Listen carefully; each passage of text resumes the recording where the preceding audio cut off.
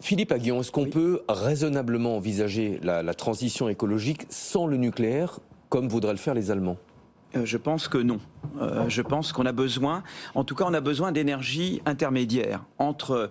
Alors, le nucléaire, l'avantage, c'est que c'est une énergie quand même propre, même Décarboné. et décarbonée. Les Américains, eux, ils ont fait la révolution du gaz de schiste, en particulier, qui leur a quand même permis de dépolluer par rapport au charbon. Le gaz de schiste est moins polluant. Mais l'idée, c'est de dire, je peux avoir une énergie de transition. Alors, le nucléaire, je pense que c'est encore mieux parce que c'est carrément pas polluant.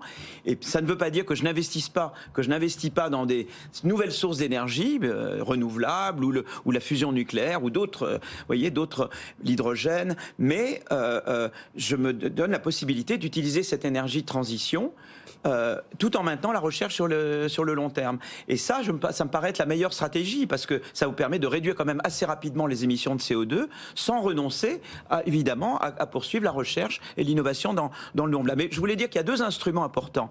L'un, c'est les prix, tout ce qui est le prix du carbone et le prix du carbone aux frontières, comme le disait Jean-Marc. Ça, c'est très important. Mais il y a un autre instrument qui est la politique industrielle verte. Et le problème en Europe, c'est que l'Europe, comme je le dis toujours, c'est un géant réglementaire et un nain budgétaire. Il faudrait en Europe une vraie politique industrielle européenne pour construire, pour vraiment faire une politique industrielle d'énergie nouvelle, une DARPA européenne de l'énergie, qui serait financée par des emprunts européens. Voilà. Mais ça va très à l'encontre de l'Europe hayekienne que nous avons. Alors j'ai beaucoup de respect pour Hayek, mais je trouve que l'Europe, c'était très l'idée, il faut surtout pas dépenser, mais il y a des mauvaises dépenses et des bonnes dépenses. Et les bonnes dépenses, c'est tout ce qui est dans la transition énergétique et la croissance. Pour moi, c'est des bonnes dépenses, ce sont des bons investissements. Et l'Europe n'est pas vraiment armée elle ne pense pas de cette manière-là. Et il y a ces deux jambes. Il y a la jambe il y a des prix du carbone et de la tarification du carbone aux frontières, mais il y a l'autre jambe qui est celle de la politique industrielle verte. Et la France est pleinement engagée là-dedans, ce qui est une très bonne chose. Jean-Marc. Moi, je serais plutôt hayekien dans cette affaire. Je pense qu'effectivement, ou alors pigouvien, c'est-à-dire que... Pigouvien, on est d'accord, on est pigouvien. Pigouvien, c'est-à-dire faire une taxe, effectivement, et utiliser le produit de la taxe à contrebalancer les effets négatifs qui sont à l'origine de la taxe. Grosso modo, je rappelle, Pigou, il voulait mettre une taxe sur les chemins de fer, parce que les chemins de fer, les locomotives à vapeur, mettaient beaucoup d'escarbilles dans l'atmosphère et ça finissait par mettre le feu. Et il dit, il faut utiliser le produit de la taxe à améliorer le fonctionnement des locomotives et à payer des services incendies. Et pour essayer de lutter contre les incendies qui sont mis dans la nature par les chemins de fer.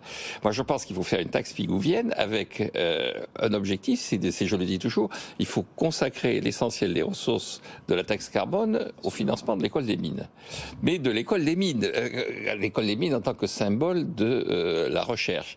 Et je pense qu'il faut axer cette recherche en priorité. Vous avez cité mon livre sur cet héritage physiocratique qui est le soleil. Je pense qu'effectivement, il y a un problème de transition. Le plus vite on ira vers le soleil, le mieux ça vaudra. Le problème du nucléaire, c'est que c'est des investissements très lourds qui ont vocation à durer très longtemps. Et donc, c'est aussi une menace pour moi de s'enfermer dans une forme de routine en disant...